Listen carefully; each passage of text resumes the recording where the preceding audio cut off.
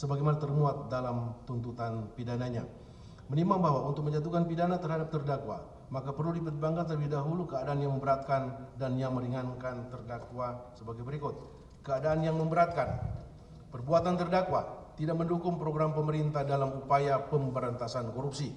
2. Terdakwa bersikap tidak sopan dengan mengucapkan kata-kata yang tidak pantas dalam kerumakian yang diucapkan dalam ruang persidangan. Keadaan yang meringankan: terdakwa belum pernah dihukum. Terdakwa dalam keadaan sakit namun bisa mengikuti persidangan sampai akhir. Terdakwa memiliki tanggungan keluarga, seorang istri dan anak-anak. Menimbang bahwa oleh karena terdakwa dijatuhi pidana, maka haruslah dibebani pula untuk membayar biaya perkara.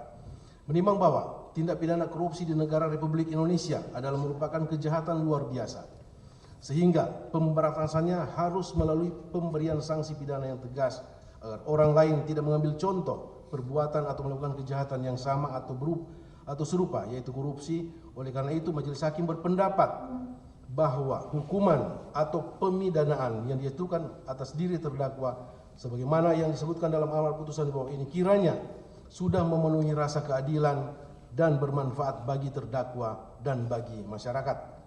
Memperhatikan ketentuan pasal 12 huruf A kecil Undang-Undang Republik Indonesia Nomor 31 tahun 1999 tentang pemberantasan tindak pidana korupsi, junto Undang-Undang Nomor 20 tahun 2001 tentang perubahan atas Undang-Undang Nomor 31 tahun 1999 tentang pemberantasan tindak pidana korupsi, junto pasal 55 ayat 1 ke 1 KUH pidana, junto pasal 65 ayat 1 Kitab Hukum Pidana, dan pasal 12B besar Undang-Undang Nomor 31 tahun 1999 tentang pemberantasan tindak pidana korupsi, junto Undang-Undang Nomor 20 tahun 2001 tentang perubahan atas Undang-Undang Nomor 31 tahun 1999 tentang pemberantasan tindak pidana korupsi, Undang-Undang Nomor 46 tahun 2009 tentang pengadilan tindak pidana korupsi, dan Undang-Undang Nomor 8 tahun 1981 tentang hukum acara pidana, serta peraturan perundang-undangan lain yang bersangkutan.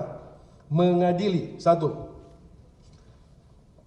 Menyatakan terdakwa Lukas NMB tersebut di atas telah terbukti secara sah dan meyakinkan menurut hukum bersalah melakukan tindak pidana korupsi secara bersama-sama dan gratifikasi sebagaimana dalam dakwaan ke-1 pertama dan dakwaan kedua penuntut umum. 2. Menjatuhkan pidana kepada terdakwa Lukas NMB oleh karena itu dengan pidana penjara selama 8 tahun dan denda sejumlah 500 juta rupiah dengan ketentuan apabila denda tersebut tidak dibayar diganti dengan pidana kurungan selama 4 bulan.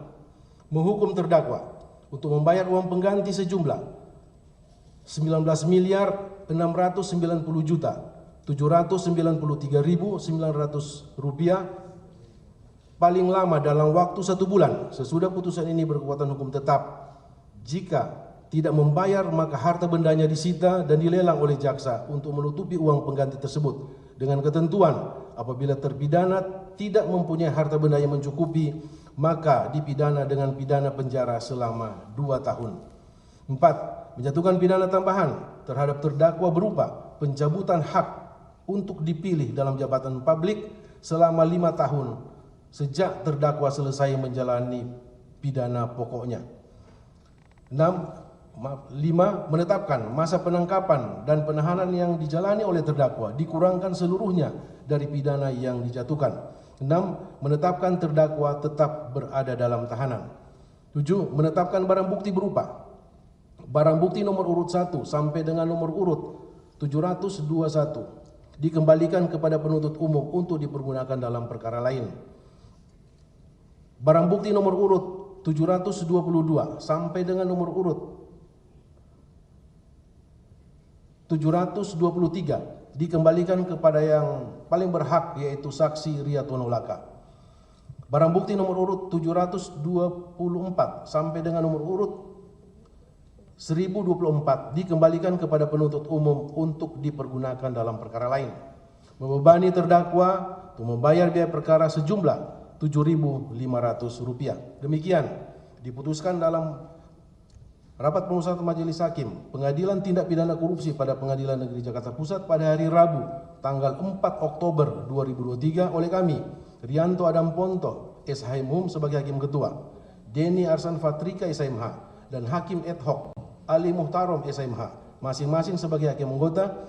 Putusan tersebut diucapkan dalam sidang yang terbuka untuk umum pada hari Kamis tanggal 19 Oktober 2023 oleh Hakim Ketua tersebut didampingi para hakim anggota tersebut, dibantu oleh Andre SH sebagai panitera pengganti tindak pidana korupsi Pengadilan Jakarta Pusat, serta dihadiri oleh penuntut umum pada Komisi Pemberantasan Korupsi, dan terdakwa didampingi oleh tim penasihat hukum terdakwa tersebut.